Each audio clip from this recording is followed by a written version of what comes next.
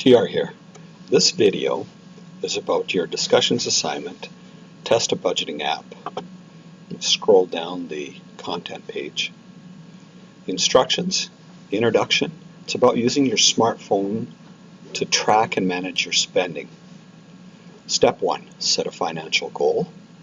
Make sure your goal is achievable, but make sure it's a reasonable goal. Choose the budgeting app. So we have the webpage 16 budgeting apps for 2018 by Josh Smith for you to review.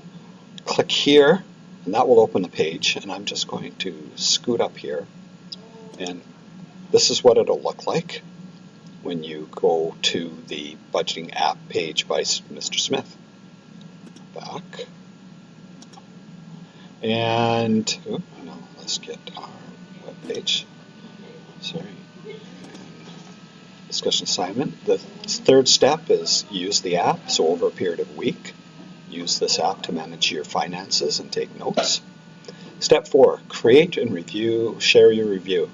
You can either write a written review or you can create a YouTube review. Now, in the review, you must have the following 7 items. Some of you will really appreciate the template that I've created, and this is the link for it, and this is what the template will look like. It gives you a great organization and expectation of what you need to do for this assignment. Let's go back to the content page. And for some of you who might not use the template and you're just going to use a Word document, be sure you copy and paste the questions followed by your answer. Space out the questions and answers so you're not clumping them, which means submitting one paragraph with no spaces for 6 separate items or topics or 7 separate items or topics together. Thoughtful reply, step 5, reply to at least one other student with a thoughtful reply. Review the announcement on thoughtful replies. And finally, here's the rubric that we'll use, that I use to mark. Very wise to check it over. And the rubric will look like this.